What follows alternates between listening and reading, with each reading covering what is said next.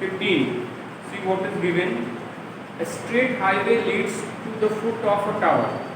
A man standing at the top of the tower observe a car at an angle of depression of 30 degree. तो देखो यहाँ पर ये बता रहा है कि एक टावर है और एक स्ट्रेट हाईवे है, ठीक है, और इस टावर की तरफ एक कार आ रही है और ये सपोज करो इस पॉइंट साइज कोई कार है और यहाँ से जब इसके टॉप से टावर के टॉप से कार को देखा गया तो जो एंगल ऑफ डिप्रेशन आया वो कितना है 30 डिग्री का, ठीक है।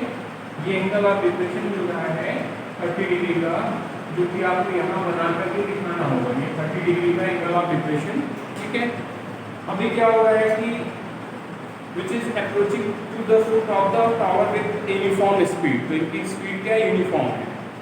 6 second later the angle of depression of car found to be 60 degree. अभी क्या हुआ कि आफ्टर 6 सेकंड ये यूनिफॉर्म स्पीड से चल रहे हैं तो इनका पोजीशन चेंज होगा और सपोज करो इस पोजीशन पे पहुंच गए और यहाँ पर जब कार को देखा गया इस टावर के टॉप से तो यहाँ पर आपको मिला एंगल ऑफ डिप्रेशन 60 डिग्री का। तो ये एंगल ऑफ डिप्रेशन कितना हो गया 60 डिग्री का। तो इस पॉइंट ए से इस पॉइंट बी तक जाने में जो टाइम लग रहा है वो कितना लग रहा है 6 सेकंड का, ठीक है। Find the time taken by the car to reach the foot of the tower from this point. तो इस पॉइंट बी से ये सपोज करो ये सी है और टावर की हाइट हो जा रही है सी डी, तो बी से सी तक पहुंचने में इस कार को कितना टाइम और लगेगा, ठीक है। ये फाइंड करना है, चलिए फाइंड करते हैं। सबसे पहले आप फिगर के बारे में बता दीजिए कि let C D be the tower and from top of tower angle of depression of point A is 30 degree. तो एंगल ऑफ डिप्रेशन यहाँ पर देख सकते हो 30 डिग्री आ रहा है पॉइंट A का and angle of depression of point B is 60 degree, ठीक है। तो आपने डायग्राम में बना के दिखाई रखा है कि 30 डिग्री का डिप्रेशन आ रहा है तो कार पॉइंट ए पे थी और जब कार बी पॉइंट बी पे पहुंच रही तो एंगल ऑफ डिप्रेशन हो रहा है 60 डिग्री का, ठीक है। अभी आपको ये पता है कि एंगल्स कहाँ लाने हैं आपको ग्राउंड पे लाने हैं हॉरिजॉन्टल प्लेन पर, तो ये हो जाएगा 30 डिग्री। तो ये अल्टरनेट एंगल से यहाँ भी 30 डिग्री हो जाता है और ये 60 डिग्री है तो ये भी कितना हो जाएगा 60 डिग्री हो जाएगा, ठीक है। तो कुछ वेरिएबल एज्यूम कर लेते हैं कि ए से बी तक कार जो मूव कर रही है वो कितना कर रही है x मीटर कर रही है। ये जो डिस्टेंस ट्रेवल कर रही है कार ए टू बी वो x मीटर ट्रेवल कर रही है और बी से सी वो कितना ट्रेवल कर रही है y मीटर। तो यहाँ पर जो distance travelled by the car from A to B is x metre और बी से सी तक वो जिसके लिए इनको टाइम मालूम भी करना है वो जो डिस्टेंस ट्रेवल कर रही है कार जो है y मीटर, ठीक है। और हाइट ऑफ द टावर को क्या ले लिया गया h ले लिया गया। ये इंफॉर्मेशन हमने एज्यूम कर ली। अभी क्या करना है आपको, जो सबसे पहले यहाँ पर ये पता है कि a से b मतलब x मीटर का डिस्टेंस कवर कर रहा है कितने टाइम में 6 सेकेंड में। तो आप सबसे पहले स्पीड मालूम कर लो कि कार की स्पीड क्या है, ठीक है। क्या लिखेंगे, car travel x metre of distance in 6 second. तो आप देख सकते हो कार जो है x मीटर की डिस्टेंस कवर कर रही है कितने टाइम में 6 सेकेंड में। देख सकते हो x मीटर आपने वो डिस्टेंस लिया है जहां पर कार पहले से 30 डिग्री से 60 डिग्री तक के जो डिप्रेशन के लिए मूव किया था। तो ये आपने एज्यूम कर लिया 6 मीटर। तो ये जो डिस्टेंस है उसको कवर करने में उसको टाइम कितना लग रहा है 6 सेकेंड का। तो जो स्पीड हो जाएगा स्पीड ऑफ या कह लो यूनिफॉर्म स्पीड है, ये लिख सकते हैं यूनिफॉर्म स्पीड भी, स्पीड ऑफ कार। तो ये हो जाएगा स्पीड क्या होता है डिस्टेंस अपॉन टाइम। तो डिस्टेंस हो गया x और टाइम हो गया 6। तो ये समझ में आ गया कि जो कार है वो 6x/6 मीटर पर सेकेंड की स्पीड से जा रही है, ठीक है। अब आइए ट्रायंगल्स में चलते हैं और हम लोग को मालूम क्या करना है y मीटर का डिस्टेंस जो है वो क्या आएगा, क्योंकि जब हम डिस्टेंस मालूम कर लेंगे y, समझिए अब आगे आपको करना क्या है। आपने x मीटर एज्यूम किया था a से b का डिस्टेंस, तो a से b का डिस्टेंस अगर x मीटर लिया था तो उसको ट्रेवल करने में कितना टाइम लग रहा था, 6 सेकंड का, और यूनिफॉर्म स्पीड है तो इसका मतलब स्पीड हो जाएगी x/6। ये तो क्लियर हो गया होगा। अब अगर हम ये मालूम कर लें कि b से c तक वो कितना डिस्टेंस ट्रेवल करेगा, कार b से c तक, दैट मींस y मीटर की वैल्यू जो कि डिस्टेंस होगा अगर हम मालूम कर लें तो डिस्टेंस मालूम चल जाएगा, स्पीड हमारे पास ऑलरेडी है, तो हम लोग फाइंड आउट कर सकते हैं कितने टाइम में वो b से c तक पहुंच पाएगा। क्लियर, यही करने जा रहे हैं। चलिए अभी आप 1/1 ट्रायंगल ले लो। फर्स्ट ट्रायंगल आप 60 डिग्री ले लो, यहाँ लिख लो इन ट्रायंगल BCD। चलिए पहले 60 डिग्री से स्टार्ट करते हैं। तो जब आप 60 डिग्री अप्लाई करोगे, क्यों 10 ही करोगे, आपको अच्छे से क्लियर हो चुका होगा, बिकॉज देखो हाइट टावर की है जो कि कॉमन होगी दोनों ट्रायंगल में, देख सकते हो इस राइट एंगल ट्रायंगल में और इस राइट एंगल ट्रायंगल में भी हाइट कॉमन है, तो हाइट लिया जाएगा और बेस का डिस्टेंस तो मालूम ही करना है, तो परपेंडिकुलर और बेस का रिलेशन लिखेंगे तो 10 ही आएगा। तो आप लिख लोगे tan 60 डिग्री इक्वल टू, देखो हाइट क्या है इसकी CD, जिसको हम लोग x लिख सकते हैं, और इसका जो बेस क्या है BC है, जिसको हम लोग y लिख सकते हैं, और ये देख सकते हो इसकी वैल्यू होती है tan 60 डिग्री की √3 इक्वल टू h/y। क्लियर, अभी हम और इसको सिंप्लीफाई करोगे तो ये रिजल्ट हो जाएगा h equal to √3। This is the equation number 1, आप इसको यहाँ पर छोड़ दीजिए। ठीक है, अब आते हैं सेकंड ट्रायंगल में। ये फर्स्ट ट्रायंगल आपने tan 60 डिग्री लिए अप्लाई किया, सिमिलरली आप tan 30 डिग्री की अप्लाई करोगे और इसके लिए हाइट क्या होगी, h ही होगी, और जो डिस्टेंस हो जाएगा बेस का वो जो कितना हो जाएगा x+y, क्योंकि जब आप 30 डिग्री का ट्रायंगल लोगे तो ये ट्रायंगल पूरा आपको लेना होगा ना, बेस तो पूरा आएगा, तो जो AC जो कि बेस है वो कितना हो जाएगा x+y हो जाएगा। ठीक है, अब लिखेंगे आप इन ट्रायंगल ACD ट्रायंगल को आप ले लीजिए, यहाँ विजिबल नहीं होगा, इधर लिख देते हैं। तो जब ट्रायंगल ACD आप लेंगे और इसमें tan अप्लाई करेंगे तो tan 30 डिग्री इक्वल टू हो जा रहा है परपेंडिकुलर, क्या होगा h, और इसका बेस देख सकते हो A से C तक है क्योंकि x+y हो रहा है। क्लियर, अभी tan 30 की वैल्यू क्या है 1/√3, यहाँ अप्लाई कर दो 1/√3 इक्वल टू h/x+y। थोड़ा सा इसको रीअरेंज कर लें, x+y is equal to √3h।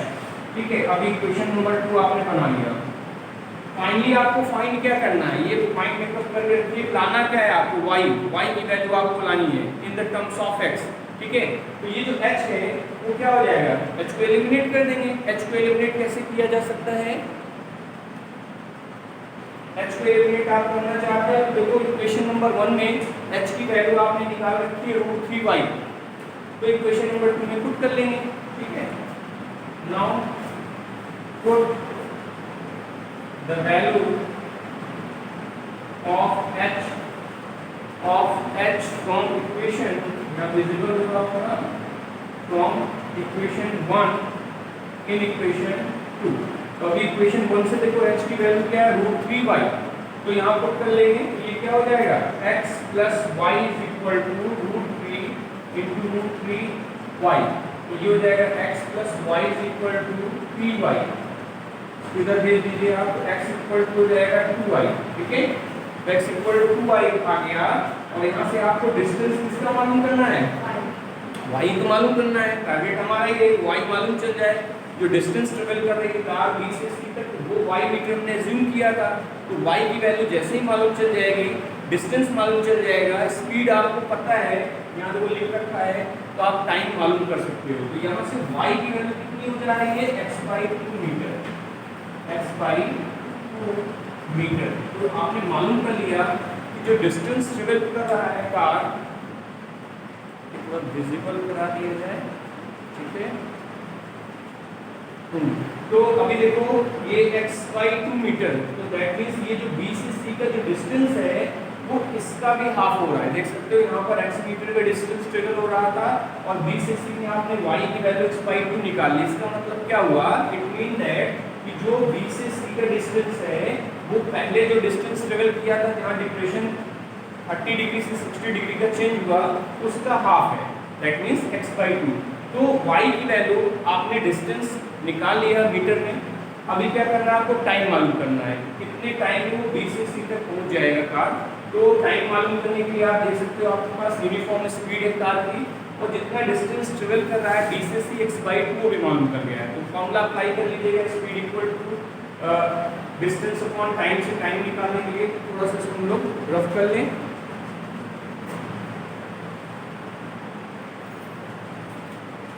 इस पोर्शन को रख कर देते हैं और इतने में ये कंप्लीट हो जाएगा। स्पीड देखिए यहाँ लिखी हुई है x/6 मीटर पर सेकेंड की। तो अब आप देखो यहाँ पे टाइम फाइंड करना है, time taken by car to reach the foot of tower. Tower के फुट तक पहुंचने में जो डिस्टेंस कवर कर रहा है वो डिस्टेंस देख सकते हो x/2 मीटर है। तो टाइम निकालना है, क्या हो जाएगा, टाइम इज इक्वल हो जाएगा डिस्टेंस अपॉन स्पीड। तो ये हो जाएगा डिस्टेंस अपॉन स्पीड। तो आपने देखा जो डिस्टेंस है वो है x/2 मीटर का, x/2 मीटर का डिस्टेंस कवर कर रहा है कार, और जो इसकी स्पीड है वो क्या है, x/6 है। x/6 आपने यहाँ लिखा, और इसको आप कैलकुलेट कर लो, देखो क्या आने वाला है। ये हो जाएगा x/2 × 6/x, इसका रेसिप्रोकल करके लिख दिया, और देखिए आप 6x कैंसिल हो गया, 2 1 जा 2 3 जा, ये आ गया 3 सेकेंड। इसका मतलब ये हुआ कि कार B से C तक का जो डिस्टेंस ट्रेवल कर रही है उसमें उसको 3 सेकेंड लगेंगे। और ये ऐसे भी अंडरस्टूड था क्योंकि जब A से B जाने में जो टाइम लग रहा था वो 6 सेकेंड का लग रहा था, जो x मीटर था, और यहाँ पर B से C का जो डिस्टेंस आया वो x/2 आया, दैट मीन्स इसका हाफ आया। तो टाइम कैसे भी हाफ हो जाना था बिकॉज कार यूनिफॉर्म स्पीड से मोशन कर रही थी। ठीक है, तो ये आपने मालूम कर दिया कि इन 3 सेकेंड जो कार है वो पॉइंट B से फुट ऑफ द टावर तक पहुंच जाएगी। कंप्लीट कर लीजिए इसको। लास्ट क्वेश्चन नंबर 16, आइए देखते हैं इसमें क्या गिवन है। The angle of elevation of the top of tower from 2 points at a distance of 4 meter and 9 meter from the base of the tower। तो जो डिस्टेंस मेजर करना है वो from the base of the tower measure करना है in the straight line with it are complementary. That means जो दोनों angle of elevation का फॉर्मेशन हो रहा है दोनों क्या है, कंप्लीमेंट्री एंगल्स हैं। तो क्या होते थे complementary angles, if the sum of two angles is 90 degree then the angles are the complementary angles. और इसमें अगर कोई एक एंगल गिवन होगा तो सेकेंड एंगल को आप कैसे फाइंड करोगे। सपोज कर लो एक एंगल थीटा है और उसका कंप्लीमेंट्री एंगल आपको बताना है, तो कैसे मालूम करते थे, 90 माइनस थीटा। क्या कर देंगे, 90 माइनस थीटा। ठीक है, आइए फिगर बना के देखते हैं क्या है इसमें। तो आप देखो ये है टावर और ये हो गया वो स्ट्रेट लाइन पाथ जिसपे 2 पॉइंट लिए जा रहे हैं। तो एक पॉइंट का जो डिस्टेंस है फुट से वो 4 मीटर का है, ये 4 मीटर ले लिया आपने, और दूसरा जो है वो 9 मीटर के डिस्टेंस पे है। तो ये 9 मीटर का फुट ऑफ द टावर से इस पॉइंट को लिया जा रहा है। और यहाँ पर जो एंगल ऑफ एलिवेशन है वो कैसे हैं, वो है कॉम्प्लीमेंट्री एंगल्स। इसका तो कोई एंगल गिवन नहीं है, बता रहा है कि जो एंगल ऑफ एलिवेशन का फॉर्मेशन हो रहा है ये क्या है, कॉम्प्लीमेंट्री एंगल्स है। चलिए पॉइंट्स हम लोग ले लेते हैं, ए और बी, ये 2 पॉइंट्स हो गए, और सी और डी क्या हो गया, ये टावर हो गया। ठीक है, अब एंगल्स की बात करनी है कि एंगल्स क्या लिया जाएगा। एंगल्स क्या है, कॉम्प्लीमेंट्री एंगल्स है। तो चलो एक किसी एक पॉइंट पे एक एंगल तो डिफाइन करें पहले। चलो सपोज कर लेते हैं एंगल पॉइंट ए पर जो एंगल ऑफ एलिवेशन आ रहा था वो थीटा है। आप पॉइंट बी को भी अज्यूम कर सकते हो थीटा, तो ऐसा नहीं है, आप उसको ले लो, चाहे ए को ले लो चाहे बी को, किसी एक पॉइंट पे एक एंगल ऑफ एलिवेशन पहले हम डिफाइन करेंगे। तो लिखते हैं let the angle of elevation at point A is theta. आपने ये अज्यूम कर लिया कि ए पॉइंट पे जो एंगल ऑफ एलिवेशन है वो क्या है, थीटा है। एंगल ए इक्वल टू क्या हो गया, थीटा हो गया। ठीक है, दैट मीन्स कि एंगल ए पर जो एंगल ऑफ एलिवेशन है, आप देख सकते हो पॉइंट ए पे जो एंगल ऑफ एलिवेशन है वो क्या है, थीटा है। देख सकते हो टावर के टॉप को यहाँ से देखा जा रहा है। ठीक, अब जब इसका पोजीशन बी हुआ, ठीक है, जब सेकंड पॉइंट पे हम आएंगे तो ये जो पहले जो एंगल था उसका क्या हो गया, कॉम्प्लीमेंट्री एंगल। समझिएगा क्वेश्चन में क्या कह रहा है कि जब यहाँ ए से देखा गया टॉप ऑफ द टावर को, उस समय एंगल ऑफ एलिवेशन क्या लिया हमने, थीटा ले लिया। लेकिन जब दूसरे पॉइंट पे आता है और वहां से जब टॉप ऑफ द टावर को देखा जाता है जो कि 4 metre away from the foot of the tower है, यहाँ से जब आप देखते हो तो ये एंगल क्या है, पहले वाले का कॉम्प्लीमेंट्री है। तो जब ये थीटा है तो ये कितना हो जाएगा, ए माइनस थीटा। ठीक है, तो हम लोग कैसे डिफाइन कर देंगे, तो angle B is the complementary angle of angle A. Angle A का एंगल बी क्या है, कॉम्प्लीमेंट्री एंगल है। तो therefore angle B is equal to 90 minus theta. Clear हो गया होगा कैसे एंगल्स हम लोग डिफाइन कर रहे हैं। तो इस एंगल को आपने 90 माइनस थीटा ले लिया। ठीक है, आप सपोज कर लो कि आप बी को अगर थीटा ले लेते, ऐसा भी हो सकता था, उसको थीटा लेते तो ये वाला 90 माइनस थीटा हो जाता, तो भी सेम आंसर आएगा, उसमें कोई चेंज नहीं होना है। ठीक है, क्लियर हो गया। अब फाइंड क्या करना है इसमें, height of the tower. Height of the tower ही मालूम करना है। ठीक है, प्रूव करना है। तो क्या प्रूव करना है, पहले ये देखो। हाँ, 6 मीटर आपको ये फाइंड करना है या पहले प्रूव करना है कि जो हाइट ऑफ द टावर है वो 6 मीटर हो गई। चलिए कंप्लीट करते हैं। आपके पास कितने राइट एंगल ट्रायंगल है, 2। आप देख सकते हो BCD है और एक है ACD। आप दोनों राइट एंगल ट्रायंगल में tan अप्लाई करोगे, वाई बिकॉज देखो यहाँ पे बेस गिवन है और यहाँ पर हाइट के रिस्पेक्ट में ही आपको वैल्यू फाइंड करनी है। तो जो रिलेशन होगा वो tan के लिए अप्लाई किया जाएगा, जो साइड के रिलेशन को। तो हम लोग सबसे पहले किसी एक ट्रायंगल को ले लें, जो पहले फर्स्ट ट्रायंगल को ले लेते हैं ACD को। तो यहाँ लिख लेंगे इन ट्रायंगल ACD ट्रायंगल लिया आपने।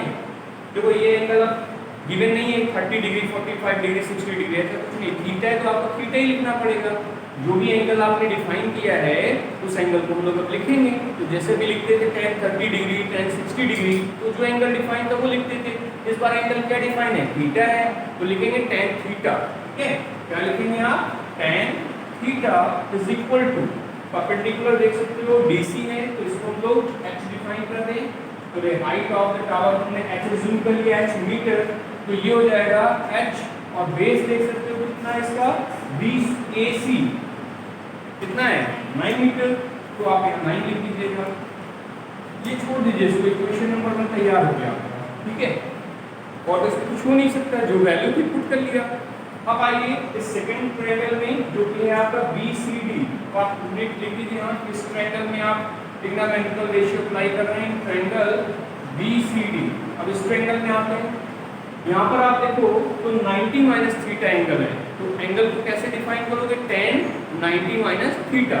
और ये कॉम्प्लीमेंट्री एंगल्स का रिलेशन आने वाला है, tan 90 minus theta equal to, आप देख सकते हो कि हाइट अभी भी क्या है, h ही है, तो ये h अपॉन बेस देख सकते हो BC है, कितना हो जाएगा 4। क्लियर। अब आप देखिए जो कॉम्प्लीमेंट्री एंगल्स के रिलेशन आपने ट्रिग्नोमेट्रिकल रेशियोज के लिए पढ़े थे वो अच्छे से आपको लर्न होगा कि sin 90 माइनस थीटा क्या हो जाता था, cos theta, cos 90 minus theta sin theta. ऐसे ही आपका tan 90 माइनस थीटा होता है cot थीटा, और cot 90 माइनस थीटा है तो tan थीटा। ठीक है, तो इसको हम लोगों ने प्रूव भी करके देखा था ये कैसे हो जाता है। तो चलिए ठीक है, यहाँ पर हम लोग इसको क्या, इसको रिप्लेस कर सकते हैं किससे, cot थीटा से। तो इसको लिखा जा सकता है cot theta equal to h/4। This is the equation number 2। अभी आप देखो इक्वेशन 1 इक्वेशन 2 मिल चुका है, और इक्वेशन 1 में tan थीटा, इक्वेशन 2 में है cot थीटा। और we know that the product of tan and cot is 1। भाई sin cosec का प्रोडक्ट 1 होता है बिकॉज रेसिप्रोकल है। sec और cos का जो प्रोडक्ट है वो 1 हो जाएगा, तो वो दोनों एक दूसरे के रेसिप्रोकल हैं। ऐसे ही tan और cot का जो प्रोडक्ट होता है, tan और cot का एक दूसरे के क्या है, रेसिप्रोकल है। तो tan थीटा को 1/cot भी लिख सकते हो, cot को 1/tan भी लिख सकते हो। तो जब आप tan थीटा और cot थीटा को प्रोडक्ट करते हैं तो वो कैंसिल आउट होकर 1 आ जाएगा। तो हम लोग 1 और 2 का क्या कर दें, इक्वेशन 1 और 2 का प्रोडक्ट कर दें, ताकि ये tan थीटा और cot थीटा कैंसिल हो जाए और आपको h की वैल्यू मिल जाए। ठीक है, now multiply equation 1 by equation 2। तो इक्वेशन 1 का मल्टीप्लाई इक्वेशन 2 के साथ करेंगे तो लेफ्ट हैंड साइड का लेफ्ट हैंड साइड में प्रोडक्ट हो जाएगा, तो tan theta into cot theta equal to h/9 और इंटू में आप देख सकते हो यहाँ पर है h/4। तो अभी देखो ये tan और cot तो एक दूसरे के रेसिप्रोकल है, ये कैंसिल हो जाएंगे और इसका रिजल्ट यहाँ आएगा 1 और ये आपको मिलेगा h²/36 और आप देख सकते हो h² की जो वैल्यू है वो 36 के इक्वल आएगी, h की वैल्यू क्या हो गई 6, स्क्वायर रूट ऑफ 36 हो जाएगा प्लस माइनस 6। तो हम लोग डिस्टेंस मेजर कर रहे हैं, लेंथ मेजर करते हैं तो नेगेटिव साइन को इग्नोर करते हैं, तो यहाँ पे आंसर आ जाएगा 6 मीटर। ठीक है, और ये प्रूव करना था कि हाइट ऑफ द टावर कितनी है 6 मीटर की है। ठीक है, ये विजिबल हो जाएगा, नोट कर लीजिए इसको।